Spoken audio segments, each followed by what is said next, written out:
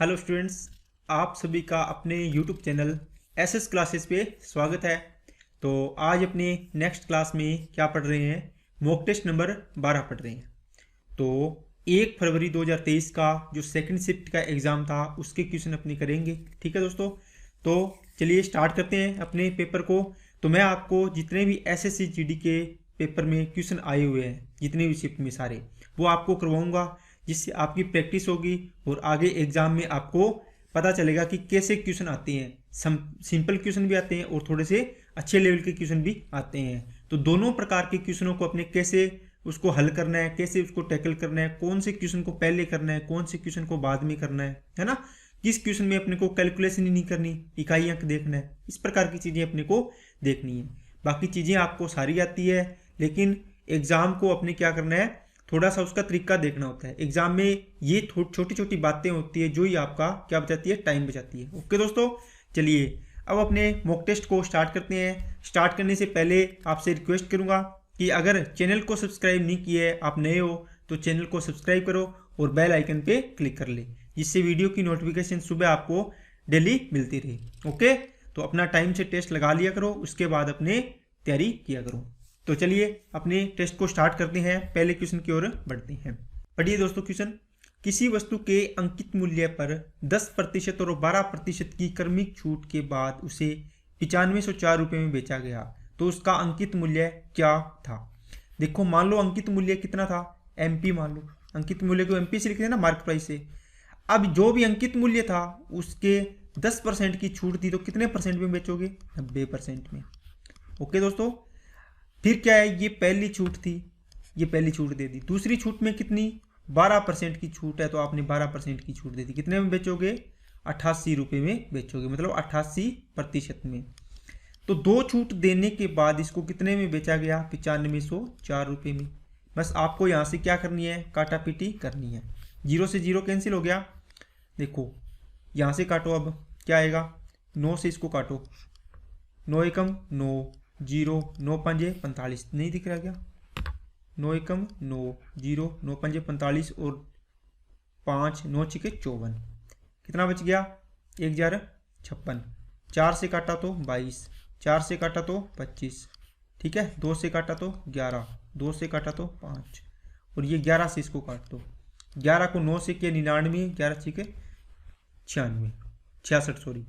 तो यहाँ बच गया एम पी इक्वल टू क्या आ जाएगा दोस्तों, 96 इंटू 25 5 125। देखो जब भी देखो इसको 4 से गुणा कर लो, या इसको डबल कर दो, इसको आधा कर दो, इसको डबल कर दो, इसको आधा कर दो। कैसे, इसको डबल किया 250 हो गया, इसको आधा किया तो 48 हो गया। फिर ये 5 आ गया लास्ट में, देखो इसको डबल कर दो, कितना हो जाएगा 500, इसको कर दो आधा, एक को डबल कर दिया, एक को आधा, 24 5 120, तो 12,000 आ जाएगा इसका आंसर। ठीक है दोस्तों, ये होता है इसको, जब इकाई अंक 5 आए तो अपन इस प्रकार कर सकते हैं। ठीक है, चलिए नेक्स्ट क्वेश्चन पे। दो संख्याओं का महत्तम समापवर्तक 6 है और उनका लघुत्तम समापवर्तक इतना है, कितना, 2,53,080। यदि एक संख्या 4218 है तो दूसरी संख्या क्या होगी। देखो दोस्तों, एक क्वेश्चन इसमें एक रूल लगता है, क्या फॉर्मूला, दो संख्याओं का गुणा, पहली और दूसरी संख्या, पहली संख्या दूसरी संख्या, दोनों संख्याओं का गुणा किसके बराबर होता है, HCF of first and second. दोनों संख्याओं का क्या, HCF, और दोनों संख्याओं के LCM के गुणा के बराबर होता है। समझ में आई क्या बात है, जो दो संख्याएं हैं उनका HCF और उनकी LCM के इक्वल होता है। तो उनमें एक संख्या दी है आपको कितनी, 4218, इंटू दूसरी संख्या इसमें से ज्ञात करनी है। HCF कितना दिया है, 6, और ये कितना है LCM, 253,080। यहाँ से इसको अब देखो काटो, क्या करोगे आप, इसको काटोगे तो कितना आएगा, 6 एकम 6, 6 सत्ते 42, कट रहा है क्या, 6 सत्ते 42, 0 6 तिया 18, 703 आ गया। अब देखो इसको अपने डिवाइड करना है, क्या आएगा, 253 को इसको डिवाइड करो। देखो 7 को इससे 4 अंकों पर जाएगा पहले भाग, तो 7 तिया 21, तो जो 3 से स्टार्ट हो रहा है वही आंसर आना है इसका। इस प्रकार आंसर करना है आपको। कैलकुलेशन करने को आप इसकी पूरी भी कर सकते हो, भाग दे के आराम से करते रहो, लेकिन पेपर में सिलेक्शन के लिए अपने को इस प्रकार डायरेक्ट इसको भाग देना होगा। आप देखो 703 है ना, तो 703 है तो 703 2100 तक जाएगा, 703 2100। देखो मैंने अगर अपने डायरेक्ट ही ले लें, मोटी मोटी चीज़ें ले लें, तो 700 के 2800 बड़ा हो जाएगा। तो मतलब 3 वाला एक ही ऑप्शन है ये, तो ये आंसर हो गया। बस अपने को देखना ही नहीं आगे तो। ठीक है, चलिए नेक्स्ट क्वेश्चन क्या है दोस्तों, 3/5, 7/10, 11/15 और 13/20। तो इनमें सबसे बड़ी भिन्न बताना है। जब भी आपको इस प्रकार का क्वेश्चन करना हो तो आप क्या करो, इनका डिफरेंस लो। कितना आएगा 2, इसका डिफरेंस कितना आएगा 3, इसका डिफरेंस 4 और इसका डिफरेंस कितना आ रहा है 7 आ रहा है। जो भी डिफरेंस आ रहा है 2, 3, 4, 7, इनका क्या कर लो 2, 3, 4, 7, इनका एलसीएम ले लो। कितना आएगा 84। एलसीएम लेना आता है ना, 84 आएगा।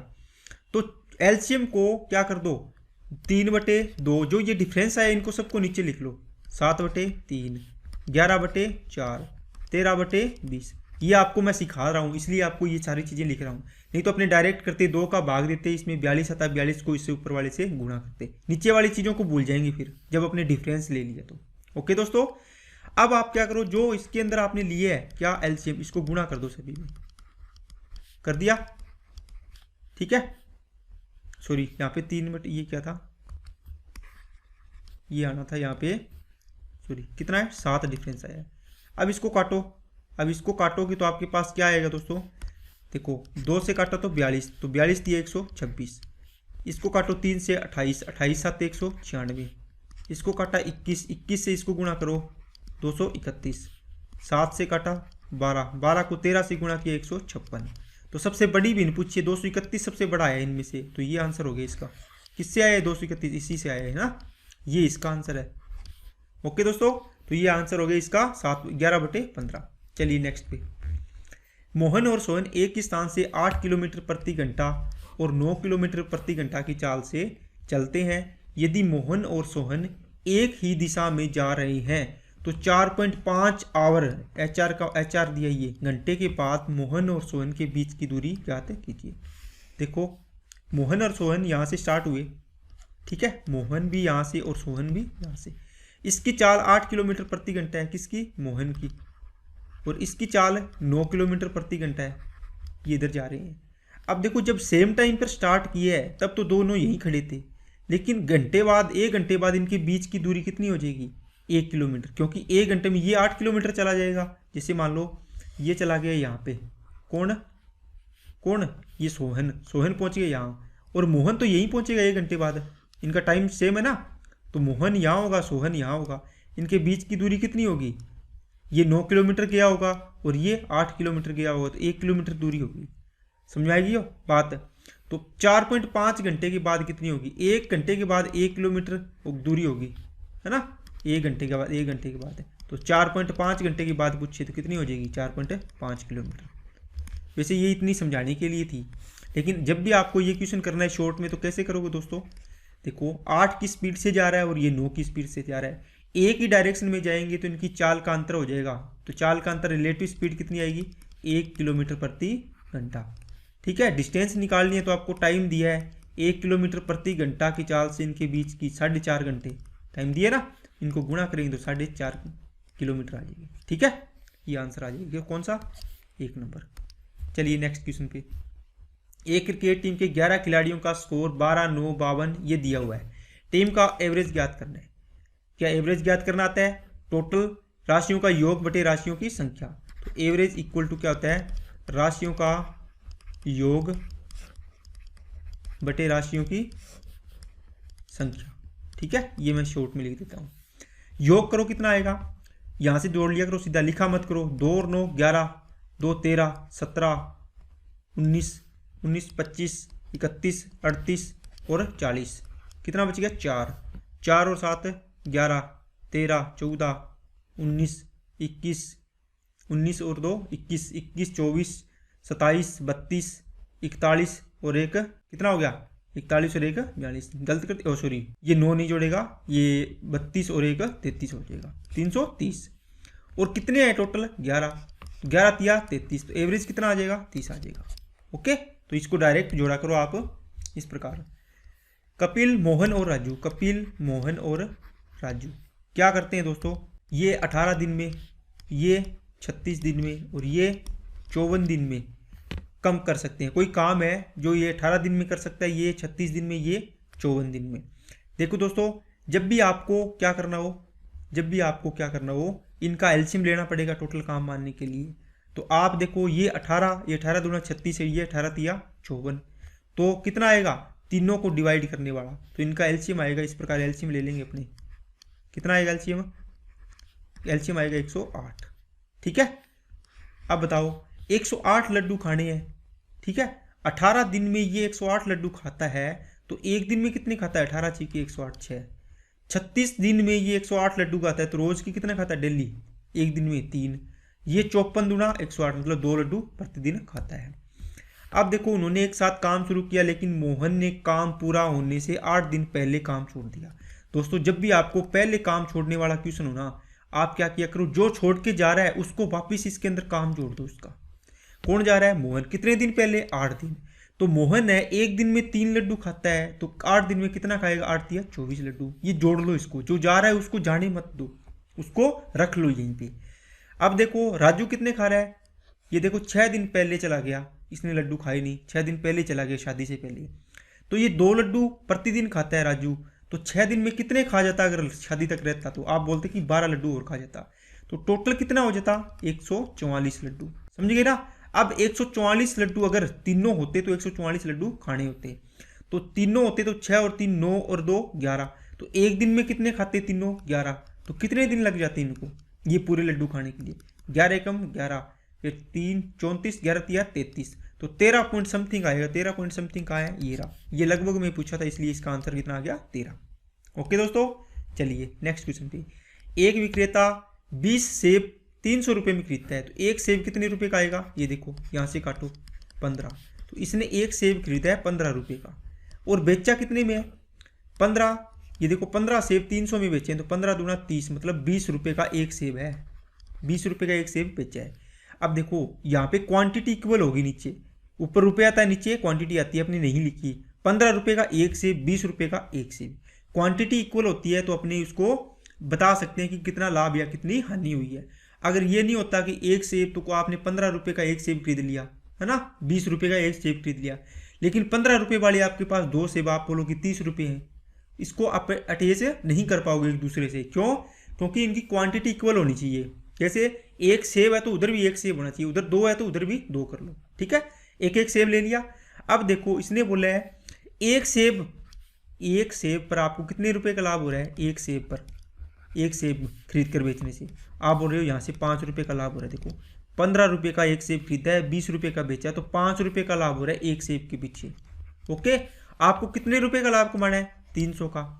तो 300 का लाभ कमाने के लिए कितने का करना पड़ेगा, तो यहाँ से 300 करना है इसको 300 का लाभ कमाने के लिए कितने सेब इसको बेचने पड़ेंगे, तो यहाँ से कितने हो जाएगा, कितने गुना है 60, तो इसको भी 60 गुना कर दो। ठीक है, तो इसका आंसर आ जाएगा 60। ओके दोस्तों, चलिए नेक्स्ट पे। 9% वार्षिक की दर से वार्षिक आधार पर चक्रवृद्धि ब्याज होने पर होने वाले 30,000 रुपये का चक्रवृद्धि ब्याज। अच्छा, ये क्वेश्चन है दोस्तों कि आपको रेट दे दी 9%, तो कोई धन P मान लिया, उसका अमाउंट कितनी बनेगी, आप बोलोगे सर 100 रुपये अगर धन है उसका, तो इसकी अमाउंट कितनी बढ़ेगी 1 साल की। ये 1 साल की है दोस्तों, 1 ईयर की। समझ में आई क्या बात सभी को, 1 साल की बात कर रहे हैं अपने। ठीक है, अब देखो ये कह रहा है कि 30,000 रुपये थे आपके पास, कितने थे 30,000 रुपये, और ये कितने हो गए 5,000 रुपये, 5,643 रुपये ब्याज मिला, तो 35,643 रुपये हो गए टोटल। अब देखो आपको देखना है यहाँ से ये 1 साल का है, अगर यहाँ पे पावर 2 होगी तो 2 साल, पावर 3 होगी तो 3 साल, पावर 4 होगी तो 4 साल। आपको देखना है कितनी पावर बनेगी, तो यहाँ ये चीज़ है ना, इसकी पावर बनेगी कोई ना कोई, इसकी पावर ये बनेगी है ना। इसको काटो, 3 से काटा तो 10,000 आ जाएगा, इसको काटा 3 से तो कितना आएगा, 3 एकम 3, 3 एकम 3, 3 चौके ये 3 एकम 3 कितना होगा, 3 आठे 24, 3 आठे 24, 3 एकम 3। अब देखो ये तो आपको सीधा सीधा दिख रहा है कि 100 का स्क्वायर करेंगे, 100 का स्क्वायर करेंगे तो 10,000 बन जाएगा। क्या ये भी बन रहा है क्या, देखो 109 का स्क्वायर ये होता है। इसका मतलब क्या हुआ कि ये टाइम कितना आ जाएगा, ऊपर जितनी पावर आएगी वो टाइम आ जाएगी, तो आपका टाइम आ गया 2 साल। तो इसका आंसर आ गया 4 नंबर। चलिए दोस्तों नेक्स्ट क्वेश्चन पे। अनमोल ने अपने उत्पादों का मूल्य 20% से बढ़ा दिया, न लाभ न हानि के आधार पर उत्पादों को बेचने के लिए उन्हें कितनी छूट देनी चाहिए। दोस्तों ये क्वेश्चन ऐसा है, जैसे मान लो 100 रुपये की कोई चीज़ थी, है ना, आपने उस पर प्रिंट कर दिया, उसको आपको सीपी मतलब कितना था 100, आपने उसको रेट बढ़ा दिया और उस पर प्रिंट कर लिया। आपने कहते हैं ना कि कितना मार्क प्राइस लिखा हुआ है, अपने दुकानदार को पूछते हैं इस पर प्रिंट कितना है, प्रिंट रेट कितना है, तो प्रिंट इसने कर रखा है कितना 20% ज़्यादा। ये कहता है कि 100 रुपये की चीज़ लाए 100 रुपये में बेचनी है, तो इसको कितने % की छूट देनी पड़ेगी। देखो यहाँ पे प्रिंट रेट है ना, इसका मतलब हो गया इसको यहाँ से छूट देनी पड़ेगी, समझ गए ना। तो इसको कितनी छूट देनी पड़ेगी 20 की, कितने से 120 पर, और गुणा में 100%। यहाँ से इसको काटा पिटी मचाओगे तो कितना आएगा 16 से 2/3%, या इसमें लिखा हुआ है 50/3%, इसको काटोगे तो यही चीज़ आएगी। ओके, चलिए नेक्स्ट पे। नेक्स्ट क्या है दोस्तों, एक बेलन का आयतन याद कीजिए जिसकी ऊंचाई 56 और आधार त्रिज्या कितनी है 28 है। देखो ये बेलन होता है दोस्तों, रफ सा बना रहा हूँ मैं आपके लिए, ये इसकी ऊंचाई होती है, ये त्रिज्या होती है, ये दिया है 28 और ये कितनी दी है 56 सेंटीमीटर। इसका आयतन पूछा है। आयतन इसका वॉल्यूम क्या होता है बेलन का, बेलन का वॉल्यूम क्या होता है दोस्तों, πr²h। पाई की वैल्यू कितनी होती है 22/7, आर की वैल्यू कितनी दे रखी है 28 और h की वैल्यू कितनी है 56। अब यहाँ से 7 8 56। अब देखो ये कैलकुलेशन करनी है तो कर सकते हो, लेकिन यहाँ से देख सकते हो 2 3 4 5 इकाई अंक देखो सभी के अलग है, तो आप एक इकाई अंक निकाल लो। 8 2 8 16, ठीक है, कितना आया 6 6 8 48, कितना है 8 8 6 48, मतलब इकाई अंक कितना आना है 8 आना है। 7 चौके 28 है ना, देखो 7 चौके 28, यहाँ पे 4 आना था। देखो इकाई अंक इसका लिया तो 2 चौके 8, यहाँ से 8 आया, 8 8 64, 4 आया 4 6 24, तो इकाई अंक 4 आना चाहिए, 4 आ गया, ये आंसर हो गया। पूरी कैलकुलेशन करनी नहीं पड़ेगी, ठीक है दोस्तों। चलिए नेक्स्ट क्वेश्चन पे। समरीन और गरिमा एक साथ मिलकर एक काम को कितने दिन में करते हैं 8 दिनों में। तो समरीन प्लस गरिमा एक काम को कितने दिन में कर रहे हैं दोस्तों 8 दिन में कर रहे हैं। समरीन अकेले उस काम को 10 दिन में कर सकता है, तो समरीन अकेले उस काम को 10 दिन में कर सकता है। आपको निकालना है क्या, आपको निकालना है पहले इसका काम मानना है टोटल, किसका निकालना है, तो गरिमा अकेले उसको कितने में करेगी। देखो दोस्तों इनका एलसीएम कितना आएगा 40, तो 8 दिन में ये 40 लड्डू खा रहे हैं, तो एक दिन में कितने खा रहा होगा, दोनों मिलकर एक दिन में 5। ये जो क्या है समरीन, ये 10 दिन में 40 लड्डू खा रहा है, तो एक दिन में कितने खाता होगा 4। देखो दोनों मिलकर 5 खा रही है, ये समरीन 4 खा रहा है इसमें से, तो एक लड्डू कौन खा रहा होगा, आप बोलोगे सर इसका एक लड्डू खाने का है ना हर डे प्रतिदिन, वो कौन खा रहा है गरिमा। तो 40 लड्डू खाने इसको, तो रोज की एक खाता कितने दिन लगेंगे 40 दिन लगेंगे, 40/1 करते हैं ना अपने, तो 40 आ जाएगा आंसर। ओके, सिंपल सा सवाल था। चलिए दोस्तों नेक्स्ट क्वेश्चन क्या है, 40% वार्षिक दर से उधार दी गई एक निश्चित राशि पर 1 वर्ष के अर्धवार्षिक रूप से देय चक्रवर्ती ब्याज और 1 वर्ष के लिए साधारण ब्याज के बीच का अंतर 200 रुपये है, तो राशि ज्ञात कीजिए। दोस्तों देखो 40% की दर से ये बोला है 1 वर्ष के लिए अर्धवार्षिक रूप से चक्रवर्ती ब्याज। देखो जब चक्रवर्ती ब्याज और साधारण ब्याज का अंतर दिया है तो इसके लिए देखो यहाँ पे रेट कितनी आएगी 40% है, अर्धवार्षिक दिया है तो रेट क्या हो जाएगी आधी हो जाएगी, क्या हो जाएगी आधी हो जाएगी ना। देखो रेट ऐसे होती है 40% वार्षिक होती है, इसके साथ लिखा होता है ना, यहाँ पे अर्धवार्षिक रूप है। अर्धवार्षिक का मतलब ये देखो वार्षिक 40% वार्षिक का मतलब 1 साल की रेट है ये। अर्धवार्षिक मतलब कितने महीने, ये 12 महीने के 6 की चाहिए, 6 दूनी 12 और 2 से इसको काट दो 20%, तब अपने करते हैं आधी आ जाती है, डायरेक्ट याद रख लेते हैं, है ना। तो समय कितना हो गया 6 साल की, दोगे ना स्लॉट, इसके लिए 6 महीने के लिए 20%, इस 6 महीने के लिए 20%। तो यहाँ से क्या करोगे आप, आपको एक फॉर्मूला याद रखना है, क्या, जो साधारण ब्याज और चक्रवर्ती ब्याज के अंतर का होता है, क्या होता है P इंटू क्या होता है R/100 इंटू R/100, ठीक है, ये 2 साल के लिए होता है। अंतर कितना है दोस्तों 200। P की वैल्यू याद करनी है, R की वैल्यू कितनी है 20/100 इंटू 20/100, ठीक है। यहाँ से कितना आएगा 20 पंजे 100, 20 पंजे 100, 5 पंजे 25, 25 को 200 से करेगा 5000, तो ये आ गया आंसर आपका 5000। ओके, बात समझ में आ गई होगी आपको। और इसको दूसरे तरीके से करोगे आप, क्या करोगे 40% दे रखा है आपको रेट, ये है वार्षिक। मेरे को एक बात बताओ, SI% की दर से आप अगर बढ़ाओगे तो SI% कितना बनेगा 1 साल का 40%, RT% होता है ना 1 साल का, कितना आएगा 40% ब्याज आ गया आपका 1 साल का। लेकिन ये भी CI% बढ़ाओगे तो 1 साल का कितना आएगा, तो तो दोस्तों ये अर्धवार्षिक देय है, इसका मतलब ये 20% की दर लगेगी। कितने साल के लिए? 2 साल के लिए। तो 2 साल के लिए आपको निकालने के लिए एक फॉर्मूला होता है 20 + 20 + 20 × 20/100। यहाँ से 20 और 20 40, 40 और ये कितना आ जाएगा 4, तो 44% आ गया। ये कितना आ गया 44%। देखो ऐसा ही साधारण ब्याज कितना है 40%, मतलब 40% आया है। ये 44 है, कितने परसेंट का अंतर है? 4% का। ओके, और ये 4% का अंतर कितना दिया हुआ है? 200। तो 100% की वैल्यू निकाल लो। 100% क्या होता है? मूलधन होता है। तो 200/4 × में 100, 4 से इसको काटा 50, 5,000 रुपये आ गया। ओके, चलिए नेक्स्ट क्वेश्चन पे। एक स्कूटर की कीमत में 20% की कमी की गई और अब इसकी कीमत 72,000 रुपये है। देखो 20% की कमी कर दी, मतलब ये कितने परसेंट की वैल्यू होगी? 80 की। आपको 100 की निकालनी है। 8 × 72 कितना आ जाएगा? 900। 900 को 100 से किया 90,000, तो 90,000 आंसर आ जाएगा। बात समझ आई क्या? देखो 100% कोई 100 रुपये की चीज़ थी, मान लो 100% मान लो, इसकी 20% कमी कर दी तो कितनी होगी? 80%। अब 80% ये कह रहा है 72,000 रुपये की है कमी करने के बाद। 80% बराबर 72,000, तो ये 100 निकालनी है। तो 72,000/80 और इंटू में क्या आ जाएगा? 100%। 8 × 72 ये कितना आएगा? 900। ये गुणा किए तो 90,000, तो ये आंसर आ गया। ओके, चलिए नेक्स्ट पे। 432, 648 और 576 का महत्तम समापवर्तक और लघुत्तम समापवर्तक क्रमशः है, ज्ञात करना है आपको। देखो जब भी आपको HCF ज्ञात करना हो, आप क्या करो, दो संख्याओं का इनका अंतर ले लो। तो जो नज़दीक की संख्या है उनका अंतर लो, जिनका अंतर कम आना चाहिए। अब देखो ये 400 और ये 200 के बीच आएगा। ये 648 और 576 है, इसके बीच में कितना आएगा? 24 और 48 72, 72 आएगा। इसका अंतर देखो कितना आएगा? देखो कितना आएगा? ये आएगा आपका 8 में से 4 2 गया 6, और 4 में से 3 गया 1, और ये कितना आएगा? 2। मतलब इस 72 का इसमें भाग जा रहा है, इसका मतलब ये 72 आपका क्या हो जाएगा? जो छोटे वाला है दोनों में वो क्या हो जाएगा? HCF हो जाएगा। अगर ये ना आ जाता तो अपने फिर डिफरेंस लेते हैं दोनों का अलग अलग। ओके, तो HCF कितना आ गया? 72 आ गया। अब आपको LCM निकालना है। LCM निकालना है तो LCM कैसे निकालेंगे दोस्तों? LCM का मतलब होता है कि इनमें इस HCF का भी HCF तो निकाल लो, इसके अंदर से इनको आपको तोड़ना पड़ेगा। जैसे 432 को अपने तोड़ेंगे तो 72 तो इसके अंदर है ही, 216 का ये अपने किया था। तो 72 इंटू कितना करेंगे? देखो कितने पे जाएगा? 6, 6 दूनी 12, 6 7 42, ये 6 गुना हो जाएगा। समझ आएगी ना? तो 72 को 6 से गुणा करेंगे 432 आएगा। देखो ये बन गया पहली संख्या। कौन सी? ये इसको मैं लिख लेता हूँ यहाँ पे।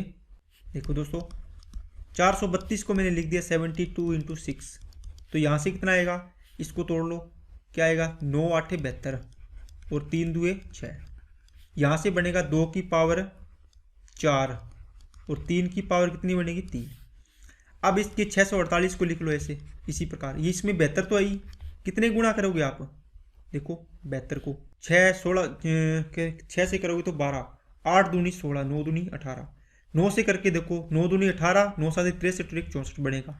तो 72 × 9 करोगे तो कितना आएगा? ये आएगा।